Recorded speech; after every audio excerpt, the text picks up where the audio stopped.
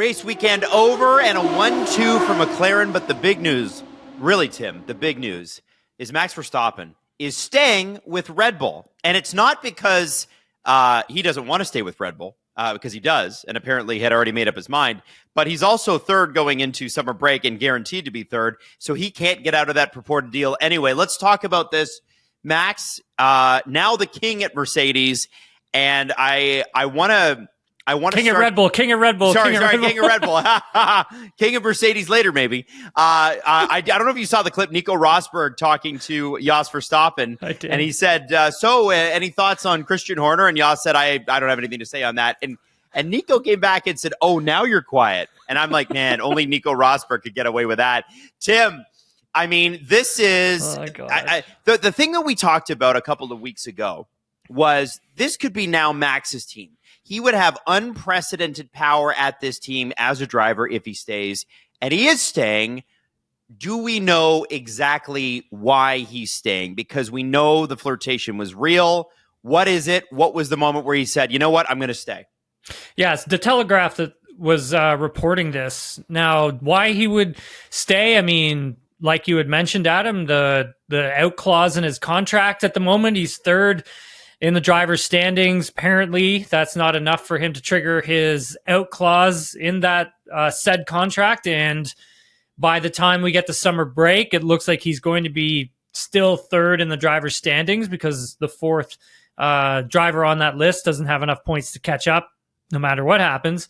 So that sounds like it was part of it. The other part of it seems to be that Laurent Mekies and Max and Mekies' vision moving forward. It sounds like Max is really liking what he's hearing from Laurent. And, you know, this has been a conversation that's been happening between the two of them over the last few weeks since Mekies became CEO and team principal at Red Bull Racing.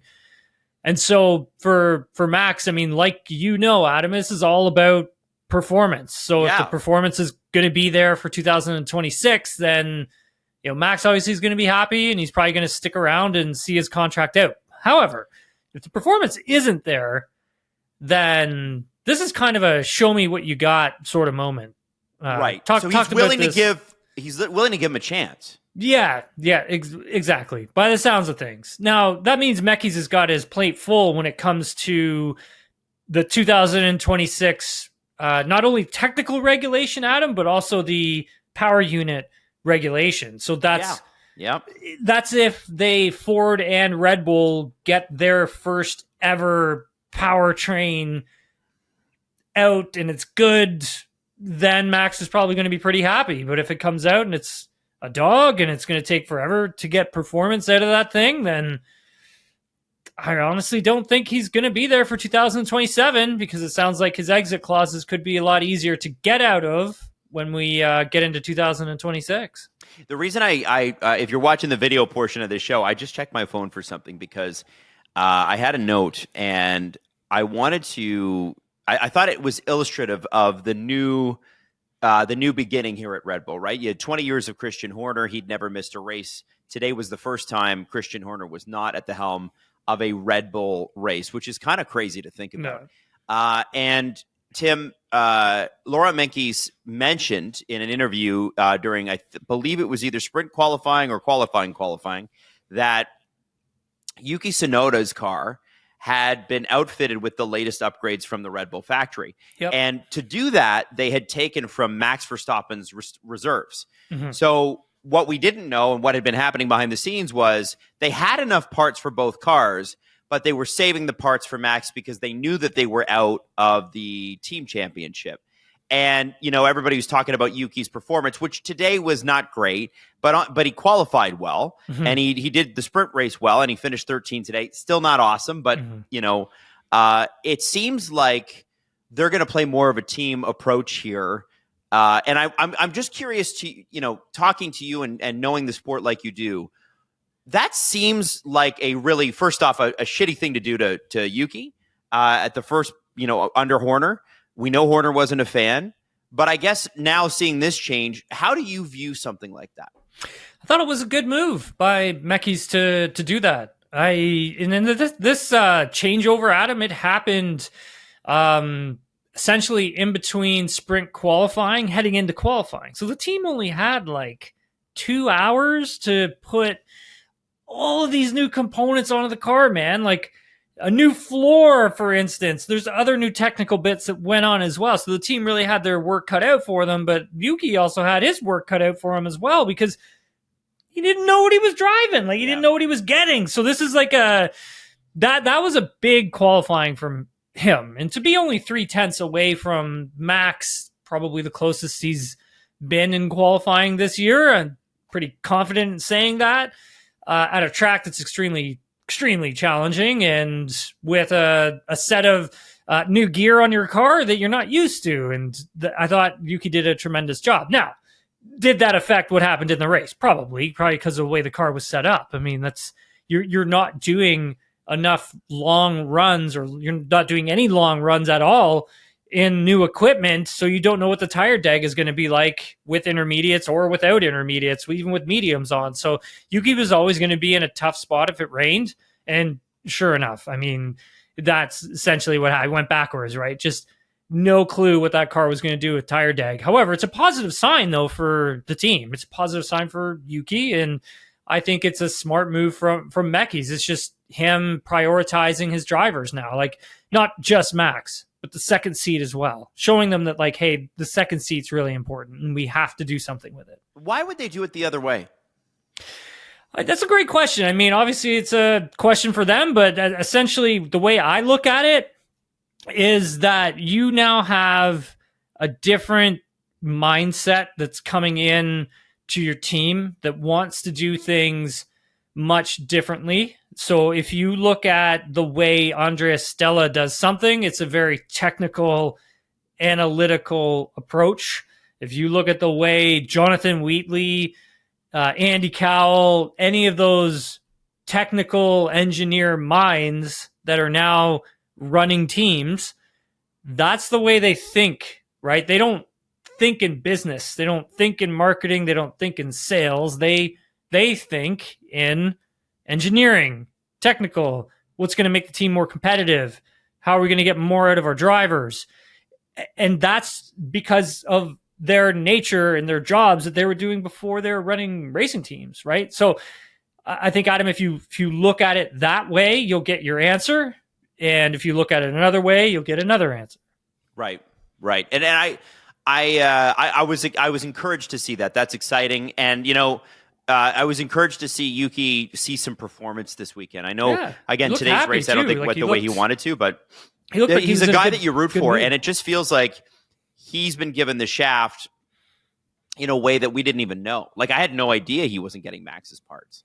And I think that really sucks. Like, I know. It wasn't Adam that he wasn't getting like, Max's parts or anything like that. Because usually what teams will do is they'll build a package for whoever's leading the championship. They'll build a second package for the driver.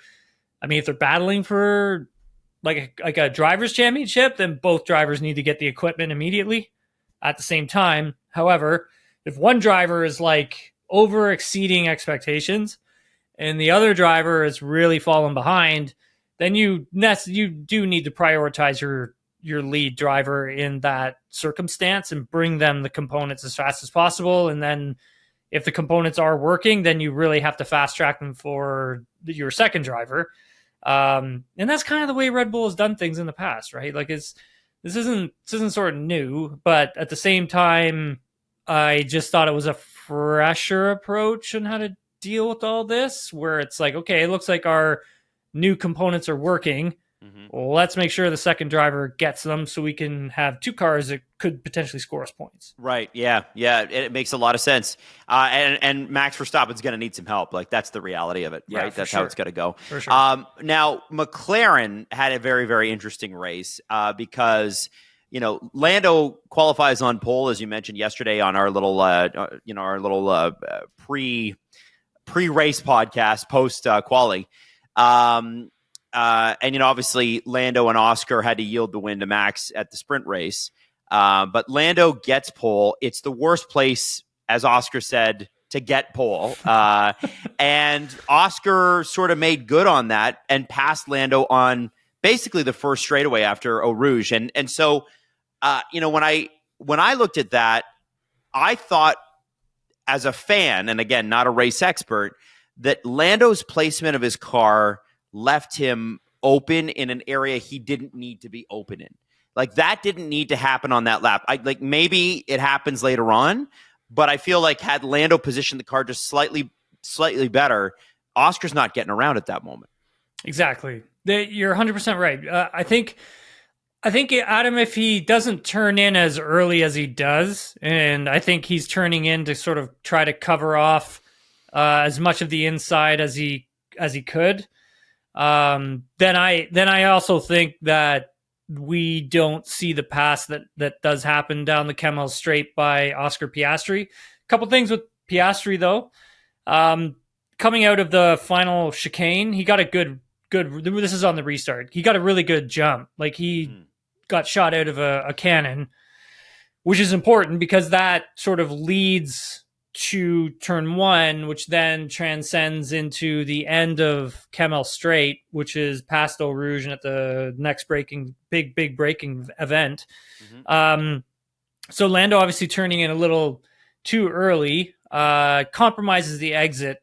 That was always going to happen when you do that, where Oscar was a little smarter about it, waiting just a bit longer, a bit more of a wet line through there as well. Didn't really stick too much to the racing line, and allowing him to kind of V the corner instead of taking a traditional line through it. But it also allowed him to get back on the power sooner. It also allowed him to avoid getting oversteer, like a wheel spin, a snap on the rear, where Lando didn't. And the next part of this, Adam, is going through Eau Rouge. Piastri was incredible going through Eau Rouge, Radillon, because when you're heading towards such a corner that requires a massive amount of commitment, and you're on a set of intermediate tires that you haven't driven all weekend, and you're in conditions that you haven't driven on all weekend, you do not know what the grip level is going to be like when you get to Eau Rouge Radillon section. You have no clue. None. And so sounded like Lando had a lift. There are other drivers who had a confidence lift as well, where Piastri was just so aggressive and so committed and just flat to the floor all the way through Eau Rouge Radillon section. That, to me, Adam, was the winning move. Full commitment. Yeah, I mean, it sure seemed like it. And I want to fast forward as to the first pit stop where everybody goes in. There's like 12 cars that go in, and Lando stays out. Lando comes back out with hard tires a lap later. Was that a mistake? Should he have gone in with everybody else? Should McLaren have double stacked? That's a great question. So I heard from Andrea Stella following this one. He did say that the option was available for the drivers to double stack, and for both to pit at the exact same time. The other option was going a lap longer and taking the hard tire option, and Lando opted to do that. And so Stella at the time thought that was actually probably going to be the better move for Lando instead of double stacking. Obviously the gap that Piastri was able to open up when Lando left pit lane was quite significant. Factor in that McLaren had a really slow stop for Lando too. Didn't really help things either. Hard tire, that front left hard tire, right? Yeah, just had trouble going on. But that option, Adam, was there. It was available. Now, would it have helped? Like, is the gap going to be any different? I mean, maybe a little bit, but not a lot. And I think for Piastri, he did such a good job of keeping the medium tire alive. Clean air helped, but keeping the tire as fresh as he could. So when he hit traffic towards the end of the race, and when he was able to clear some traffic and still being able to bang out the 1 minute 46s, 1 minute 46s, 1 minute 46s, and then Lando's going 46.00, 145.8.9, and Piastri just like keeping it as low as he could. It signaled to me that there was still quite a bit of life left in the tire. So it's kind of like, okay, well, there was the gap that Lando had to eat into. There were mistakes. We can talk about those in a sec. Yeah. However, catching Oscar and then getting by Oscar, I think those were two different things. What do you think because I'm thinking about lap, I believe 41. The mistake that stands out to me is he goes a little wide and gets into the marbled rubber on the track, and there was a lot. But I know there were mistakes before that. What are the mistakes that you think cost Lando at least catching up to Oscar? Because it ended up, at that point, I think they were down to like a second and a half, and then 3 laps later, they're back to 5 seconds apart. Yeah, so he got it down to 3.3 or something like that seconds. Okay. He got the gap down to like towards the very end, like with like 4 or 5 laps to go, I think it was. But he had a mistake into turn 1 where he locked up, lost about a second and 1.3 seconds. He did that again, though, earlier in the race on the hard tire. And then he did have a mistake in Puhan, which is a really fast section. You don't want to really have a mistake there. But it sounded like he had hit a bump, and that kind of unsettled the car enough to give him the snap, and he was good enough to save the car from crashing it, because that's exactly what would have happened in a section like that.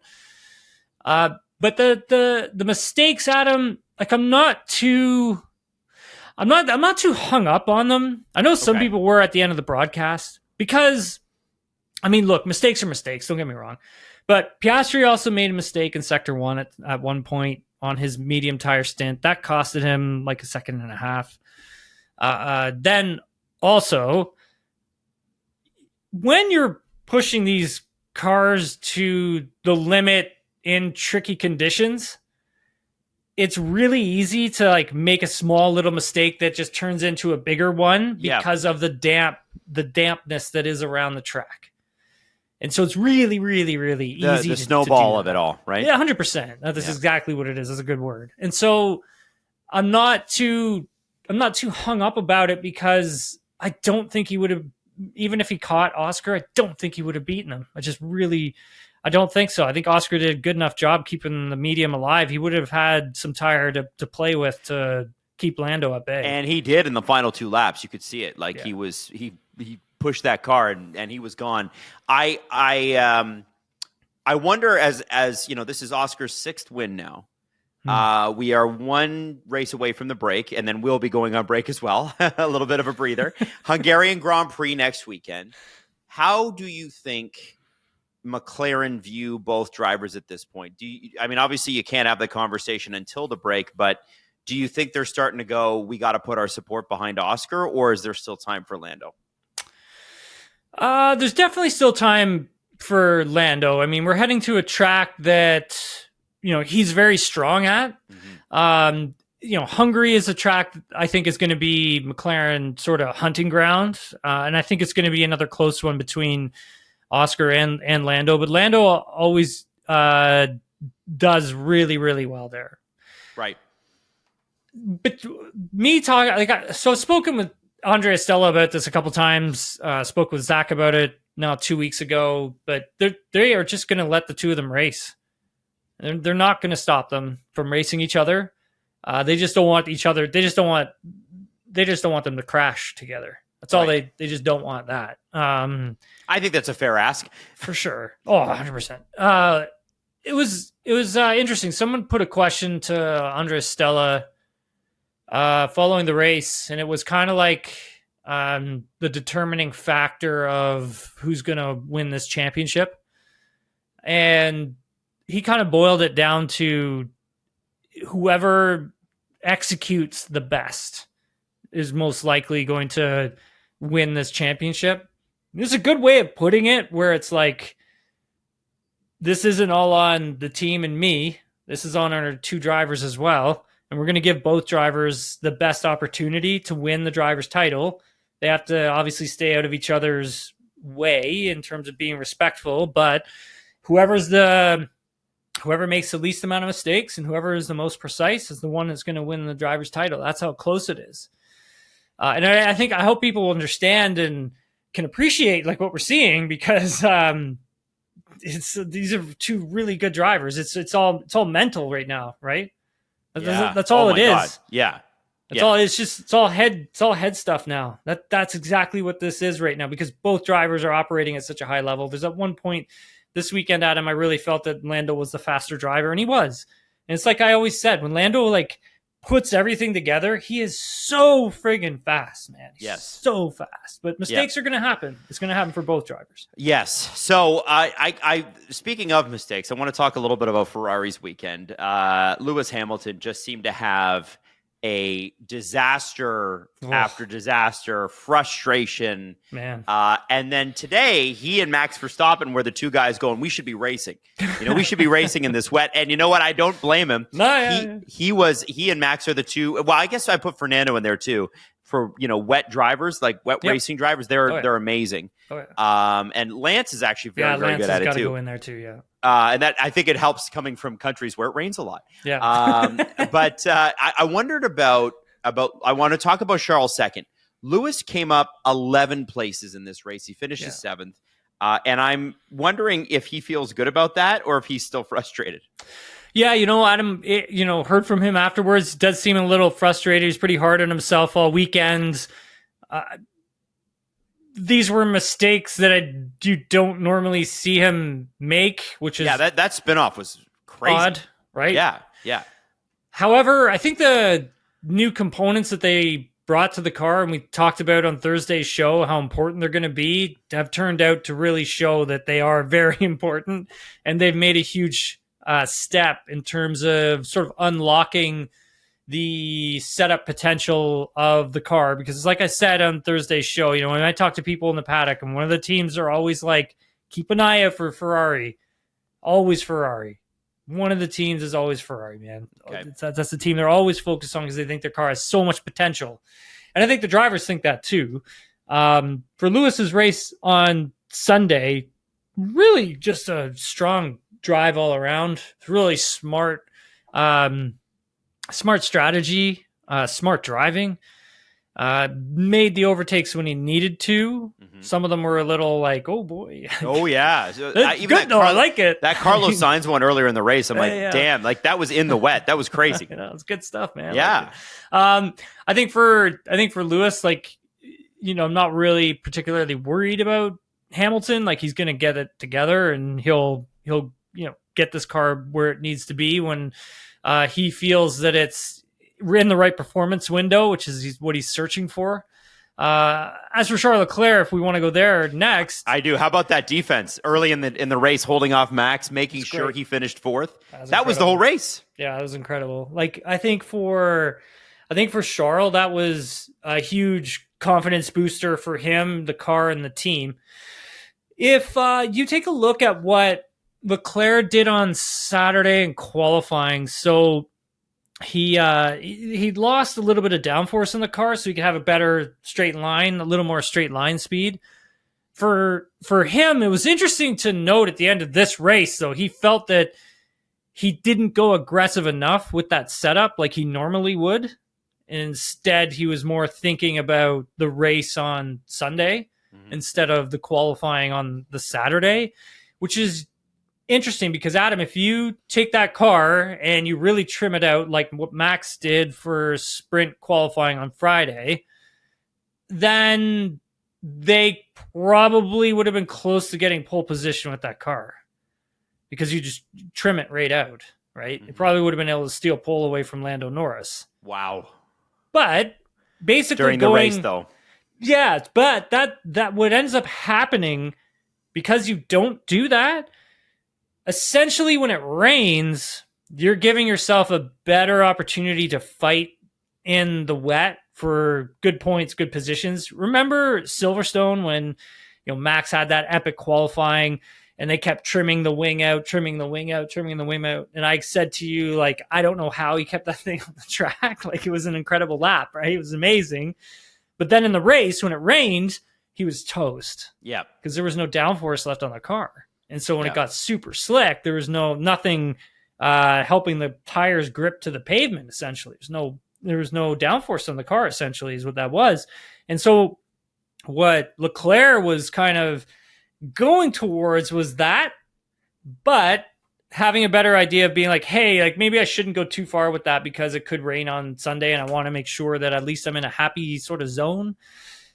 And then when you get into the race, it was interesting to hear him talk about how challenging it was to keep Max behind him when it was wet.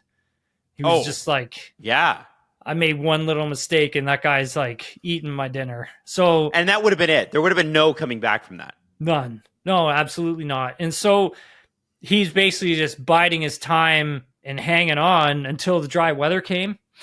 Got a little lucky with that, obviously, because you never know with weather and stuff. But yeah, especially in Belgium. Once the dry weather kind of kicked in, he said the car kind of really came to life for him. Like he felt really good with the car, felt really comfortable with it. He was managing a lot of stuff at the time anyways, but haven't seen him like that sort of optimistic and excited and happy about one of their cars all year. That's probably the first time I've seen that. And so I think moving forward, Adam, with Ferrari, like there's a lot of potential there, I think, for, like Charles said, putting pressure on McLaren for race victories. Well, that would be good. I think I always say this, and as much as I love a Ferrari downfall because I'm a McLaren guy,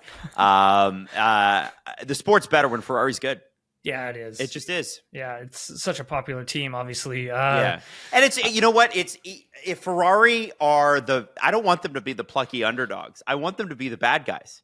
I want them to be Darth Vader. You know what I mean? Like that's what they should be. That's their place, which is like we win all the time. We're Ferrari, So Darth Maul or Darth Vader? Which one? Darth Maul was red. The red. Yeah, you're right. Darth Maul is a better pick. You're right. I want to talk a little about Mercedes weekend too, Tim, because George Russell, again, Mr. Consistency, super quiet, finishes 5th behind Max. Obviously he'll be back next year, we think, because he did start the weekend by saying there's no contract in front of me yet. There isn't. But I'm assuming there will be soon. I think so. Well, he did say, like, he was asked, Adam, about if he'd have a contract announcement for Hungary, and he said no. So I honestly, I don't know anything. I just know that, or don't know. I think, it's better phrasing, I think he's going to be back at Mercedes. I wouldn't see why not. Obviously, Verstappen's now off the table with himself staying at Red Bull Racing for 2026. I wouldn't see why you wouldn't bring George Antonelli back. I think what's holding it up, and I'm just speculating, is the amount of years George wants on the deal. He wants a multi-year? Like a 3 or a 4? So. Yeah, I would be pushing for at least 3. Yeah. Like, think about it for a second, though, right? So let's say power unit next year turns out to be really good, right? And you can challenge for the championship, potentially win it. And if you're George, you don't want to be like one and done, right? No. And Max is like struggling in Red Bull, but Toto's left himself with, 2 drivers with 1-year contracts plus an option. I wouldn't, if I'm George, I would not want to be in that position. So yeah, I'd be pushing like hell to make sure I got something that was going to at least be for 3 years, maybe 4. We'll see how long this engine regulation lasts anyways. But again, I wouldn't want, I just wouldn't want that 1-year deal because of the potential that lays in front of you, right? Yeah. And I think he's also done a lot to deserve it. And with Max officially off the market, I feel like it helps his bargaining position. You probably can ask for more money and more years because it's Formula One. Like, you're allowed to do that. Yeah, exactly. The only thing we don't know, right, is again, like Verstappen's out clause, even though by the report that Eric Van Herden had written, it sounds like the out clauses are really lean for Max next season, like easier to get out of. So yeah, again, if I'm George, I probably already know that. So I want to make sure that I'm getting something that's safe, secure, and long-term at Mercedes. And plus, Mercedes is always going to be competitive. Like, Oh yeah. They even when always. they're, I mean, at their worst, they were like fourth. yeah, I was just gonna say, like, even when they were bad, they were like the fourth, maybe fifth quickest team on the grid. So it's not like they're gonna be all the way down here at the bottom. So what do you think about Kimi? Because it's interesting. He had a pretty good start to the season, really impressed, got onto a podium, and then has had a really spotty sort of record since. yeah. And how do you think they view his performance to say maybe the last 5-6 races? Yeah, it's I mean it's like there's a lot in it. So if let's bring it back to just Mercedes's challenges, and then that'll lead us to Kimi. So heard from Mercedes trackside engineer Andrew Shovlin at the end of the race today, or on Sunday, I should say. Do you remember when the FIA introduced the flexi wing technical directive in Spain? Do you remember that? Yeah, absolutely, I do. Okay, so ever since then, it appears that Mercedes has really been very inconsistent when it comes to performances. Yes, George Russell won in Canada. Yeah. But the team needs to understand if the technical directive has had an impact on things for them or if they haven't. So the wing that they used in Spa was the same wing that they used in Canada. So that's a they haven't bit of really progressed. It's a bit of a head scratcher though, Adam, because you remember like in Spain came before Canada did. And in Canada, that car was like incredibly quick. Like they were so fast on that track, and George got the win and Kimi finished on the podium. So they're also looking at if it's sort of the overall design and changes that they have taken with the car over the last number of races. Mm-hmm. So I think it's not just the front wing that has changed for them. I think there's a couple other components as well, but they need to figure that out, obviously, right? Because they do. They're having a lot of like entry instability with the car. So I mean, a lot of like getting into the braking zone, braking hard as you're turning, like the rear starting to get unstable a bit. Maybe the front end is plowing too much. Maybe you're getting too much understeer. So maybe there's some inconsistencies there.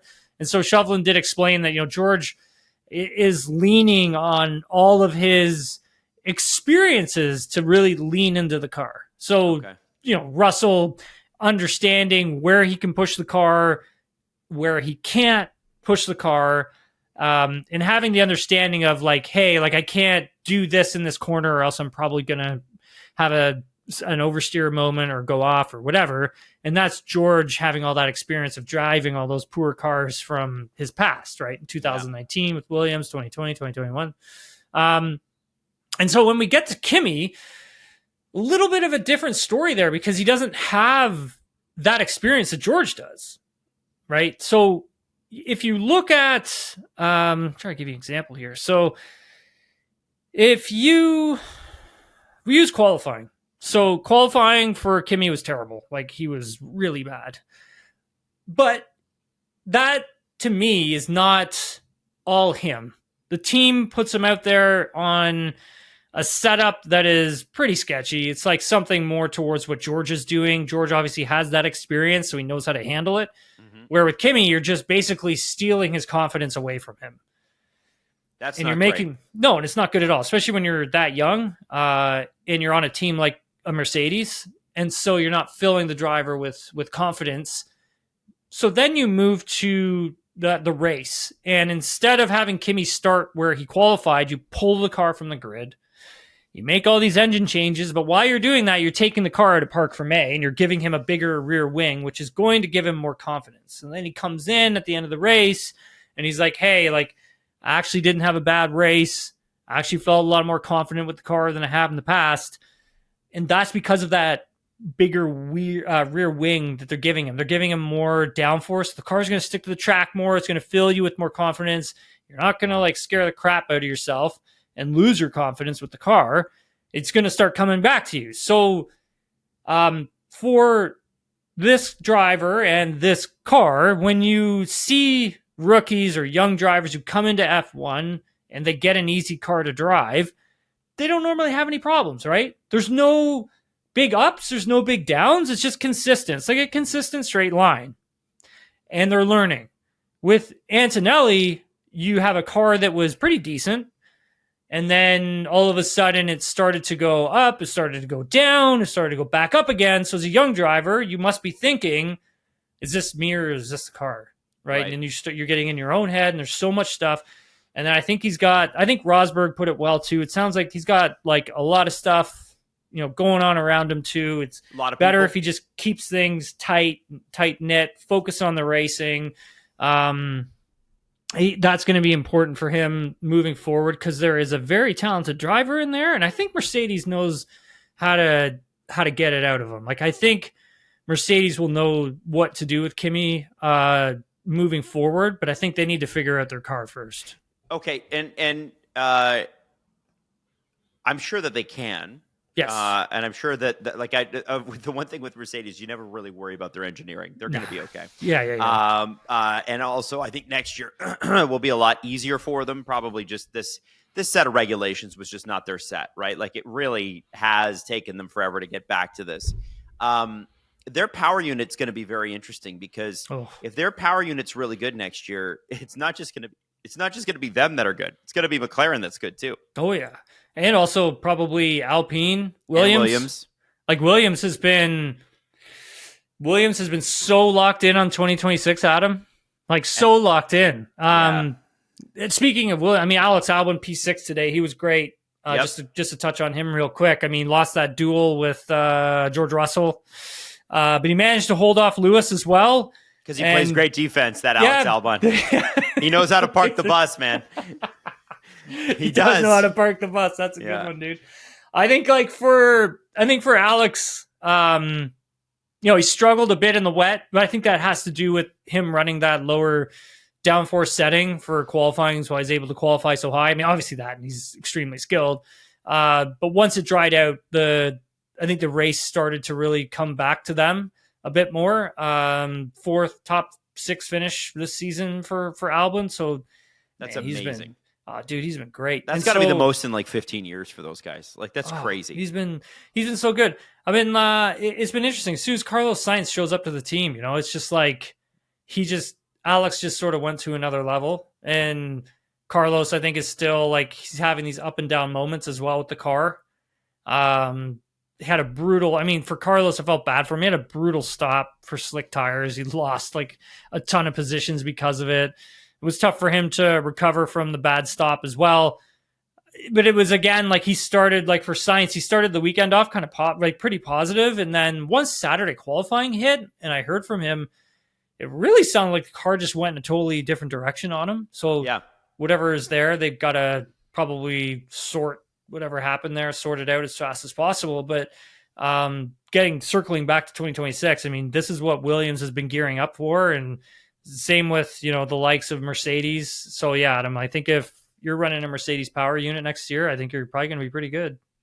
I want to quickly touch on something before we get to the questions here. I want to quickly touch on a couple of quick drivers and then a driver move.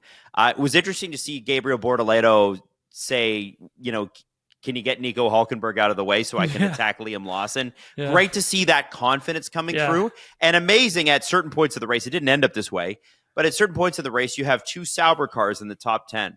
That would have been unthinkable last year at this time. Their progression has been amazing. Yeah, absolutely. When you take a look at a few races before Silverstone, you start to see the team gain a lot of momentum. You saw the team bring some updates to the car, which were so specific, but they worked on everywhere they went, which is so important for that team and building updates for the car. And again, we've really, gushed over Jonathan Wheatley and everything he's done there. But Gabriel Bortoleto, man, has been fantastic, especially in qualifying when he goes up against Hülkenberg. I can't remember the stat off by hand, but I believe he's leading the way when it comes to head-to-head qualifying with Hülkenberg. And Hülkenberg's no slouch when it comes to qualifying. He's a great qualifier. Yeah. He's awesome. And so when you look at like what Bortoleto's doing for his first season, it is very impressive. This guy is like, there's a reason he's an F2 champion. Yeah. And he's getting the equipment now so he can show what he can do. Like, he was the best rookie out there by far, in tough conditions all day long. There's a reason why Fernando Alonso is, managing this driver. They got a good driver there, dude. Like, he's scary good. Exciting. Yeah, big time. Especially when you see what the other drivers were doing, like how much they were struggling. Like the rookies, I mean. Right? Oh, yeah. Liam Lawson, another guy who is, in my mind, still a rookie because he hasn't completed a full season yet. That's Getting true. points today, number 8, right ahead of Bortoleto, actually.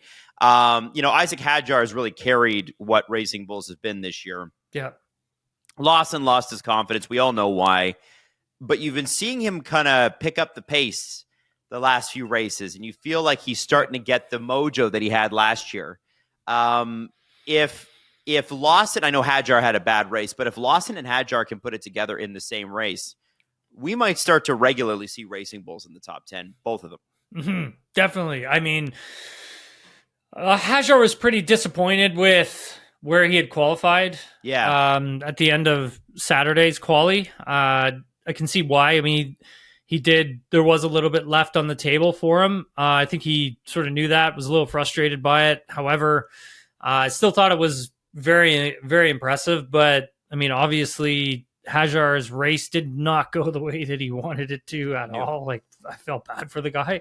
Where with Lawson, you've seen him gain his confidence back through working off the track. So everything he's done in the factory, everything he's done on the sim, everything that he's done when he's working with his engineers on days off, when he, doesn't need to be focusing on Formula One, he's focusing on Formula One. And that's what you got to do to get everything back, to get your groove back. And really impressed with Liam Lawson and how much work he's put in. And you can see it showcasing itself out onto the racetrack. Not a lot of drivers can bounce back like that, but no. I'm really impressed at it. It's hard to do that. Definitely. 2 teams in the same year lose your confidence, and then you get to Belgium just over halfway through the race season, and you're scoring points again. Mm-hmm. That's impressive. Yeah, that's time awesome. Impressive. Yeah, good for him. Okay, and then the last thing I wanted to ask you about, and this is just my notes here, is a conversation between Nico Hülkenberg and Valtteri Bottas. So we found out before the weekend that Valtteri, supposedly, there had been some rumors maybe circulating that Alpine was interested, and the word is that Valtteri may not have been. But Nico Rosberg said to him this weekend, "Hey, congratulations on signing with Cadillac." And Valtteri said, "I'm sorry, I can't hear you," which is a very Bottas response. And frankly, I think that's Nico Hülkenberg fishing. I don't think he knows anything. Rosberg. I'm sorry, Rosberg. Oh my God, it's a Rosberg's fishing.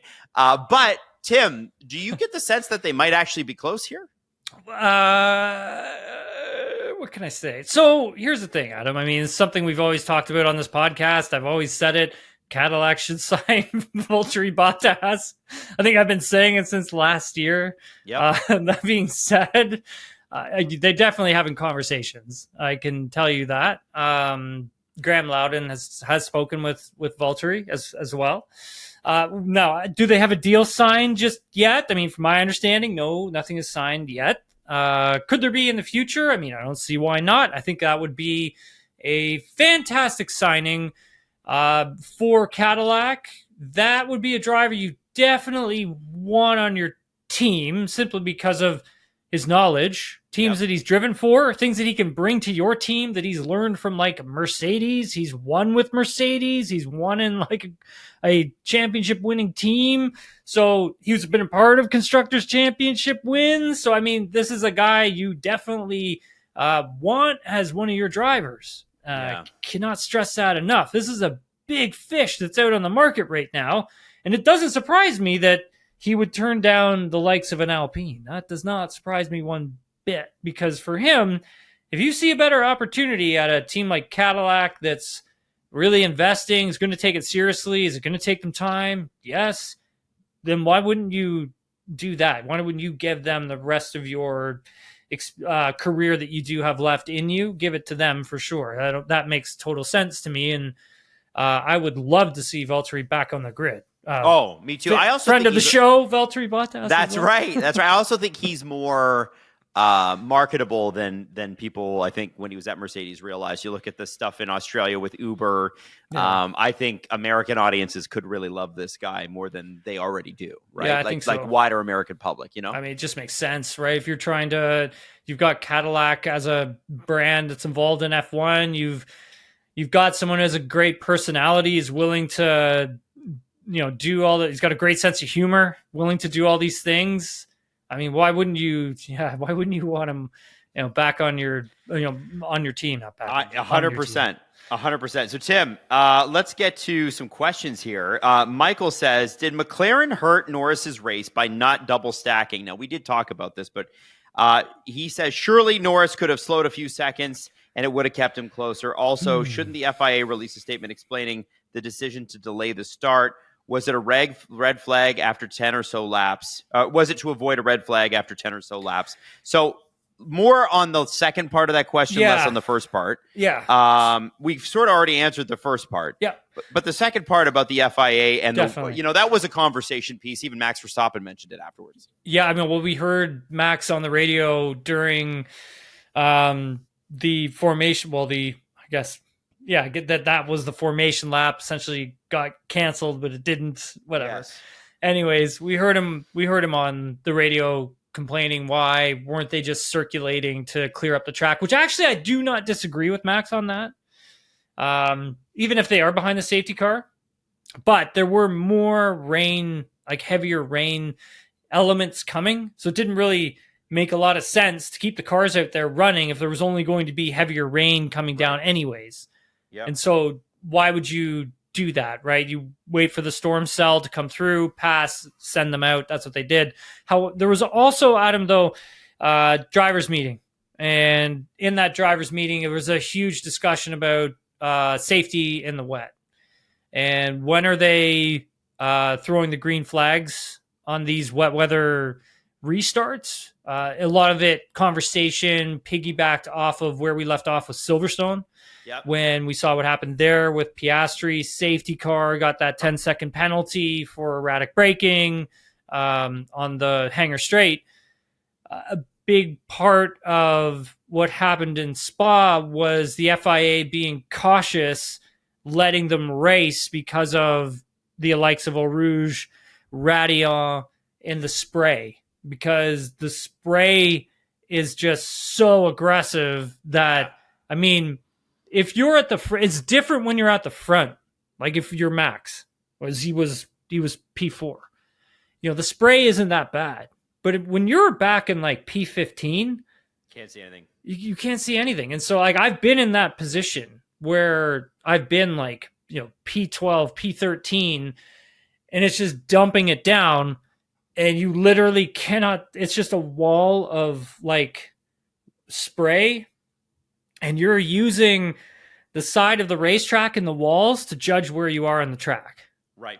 Because you just can't see anything in front of you. And you're going like full speed. And so you're trying to like pick things out from the corner of your vision that you remember when you're in a certain section of the track. And which like is scary. Extremely scary. You have no idea. Yeah. But you still got to keep going. You got to get through that. But when you're dealing with like section of track going from like turn 1 all the way down Kemmel Straight to turn 5, I think it is, at the end of Kemmel Straight. I mean, that's a whole other ball of yarn. Like that's spray for days. You can't see anything. If someone has a moment at the top of Eau Rouge Radeon section, I mean, you wouldn't see it. You would never be able to see that. And so the drivers, the top 3 anyways, especially like Oscar had said, he was happy that the FIA held off and waited to get the race going again. He appreciated that because it was them erring on the side of caution. He said, when they got through, when I was watching it, Adam, when they got through about when they were on like the second lap of the safety car, before the race got started on whatever it was, lap 4, I think it was.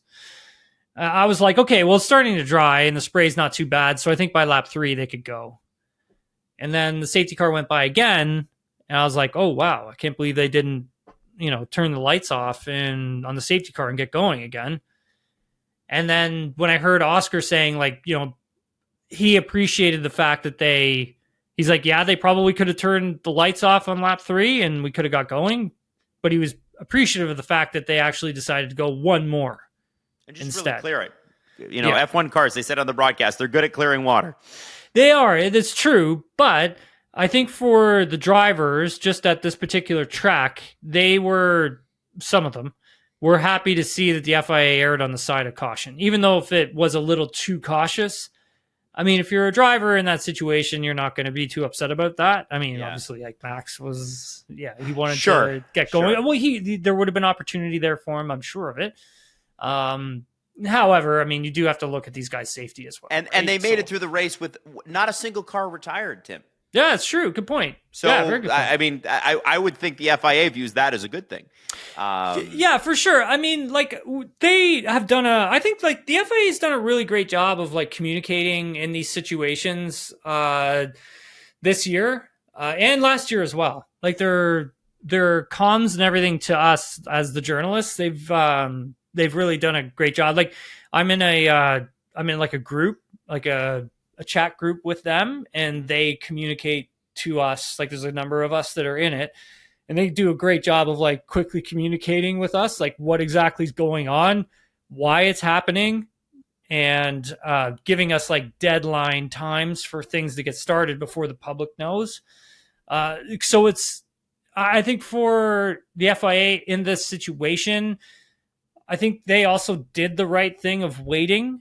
I mean, it doesn't necessarily make sense to smash up a bunch of race cars when you don't really have to. Well, and it's the same track where Antoine Hubert died, right? In the rain. And I know that that was a different situation, but well, that was in the dry. That was in the dry for Hubert, but there was another incident in the wet as well. Yeah, and I guess my point is that, like, it's like you just don't need that if you're the FIA. Like, why not be on the side of caution? These are brilliant drivers.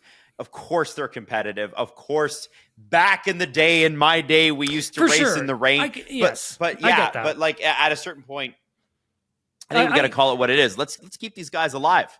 Yeah, I get it, Adam. When you hear Martin Brundle on the call and he's like, oh yeah, like, would have been racing by now, kind of thing. Well, I get what he's saying and I understand it, and I understand why he's saying that. And I mean, when in his day of racing, like, things were like uber dangerous, man. Yes.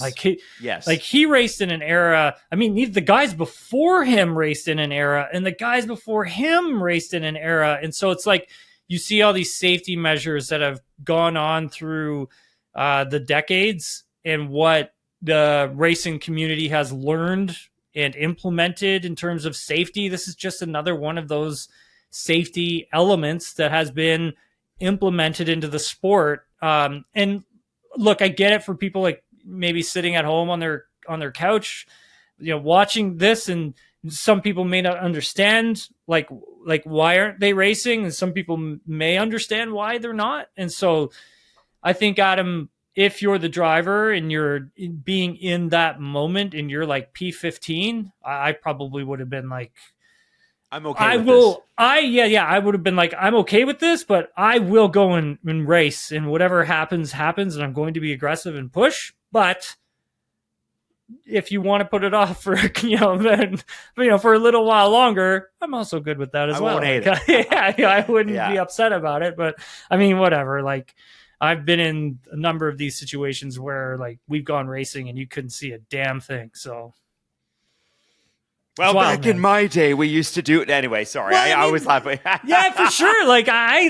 Dude. I mean, we never had runoff. Like, dude, these guys have runoff for days. Like, we didn't have runoff, dude. No. I made one little mistake, my ass is in the wall. Like, in it. Like, it doesn't matter. Like, so it's different. And look, I'm good with all that. That's just the way the sport's gone. And it's gone that way for safety reasons, and And that's fine. It's just the way it is. The evolution of sports, like hockey, right? Like how much hitting in hockey do you see now compared to like the 90s? Right. It's different and different kind of hitting, right? Yeah, because we know point. something about concussions, which we didn't in the 90s. Exactly, though. Yeah. Right? And what about face masks? Yeah. Well, look at football. You look at baseball. Like they pull people from the game now. Concussion protocol. Like it's all, hey, let's make it safer because we can't just replace these people. There's only so many of them on the face of the earth that they can do this job and do it well. Why wouldn't we protect them? Right? The guy over your shoulder, Ayrton Senna, we all would have loved to have another 10 years out of him. Oh, yeah. You know what I mean? Yeah, absolutely. I would love to have seen him and prime Michael Schumacher really go at it. Oh. You know? Yeah. And we were robbed of that. Yeah. So these are the things, and again, different set of circumstances, but you understand what I'm saying, right? Oh, yeah. Yes, I definitely understand. I mean, every sport has an evolution of safety to it. Motorsport is a prime example of the steps that are taken for safety. The FIA does not mess around with safety, man. Like they do not. And that's one of the things they do best is keeping these drivers as safe as possible. Whether that's through advancing technology into the car that's going to help them keep them safe, whether that's the decisions they decide to make in rainy conditions, whether that's to throw a safety car, whether to throw a red flag to actually stop a race. I remember back in the day where it's like I would never see a red flag, not unless there's like a 10-car pileup. Then maybe there was a red flag. Yeah. But outside of that, you would have just gotten double waved yellows, a safety car. You may have had marshals running onto the track to clear some debris. But now while the cars are driving by the way. Yeah, and like things are like they do. Like the FIA pushes the boundaries when it comes to safety. So look, I mean, people may not like what I have to say with the safety aspect of it, but if that's what the FIA is going to do, the driver's going to do, try and make the sport safer, I'm good with it. I'm totally good with it. We leave Spa behind for a couple of years. We're not going to see it again until 2027, I believe. That's Adam. Are you sad about that? I am sad. I love this track. I think everybody's sad. It's a shame, but we'll see it in a couple of years. And Tim, we'll see you. Wait. I got big respect for the fans in Spa, buddy. Well, who are sitting in the mud on the side of the hill? Yes. Yeah, I got huge respect for all of those fans. They had a sold-out crowd there, over like 370,000 people all weekend long. But like to sit there and brave out the torrential downpour that happened all day Sunday, and dance all the way through it too, and just have a great time. I mean, I got mad respect for those people because that's next level fan commitment to me. Because yes, absolutely, that's absolutely amazing. That's amazing. So Tim, we will see you next on Thursday in preparation for the Hungarian Grand Prix, and then it is summer break. So we're looking forward to that. Tim, I hope you have yourself a great evening, sir. Yeah, you too, Adam. Thanks again.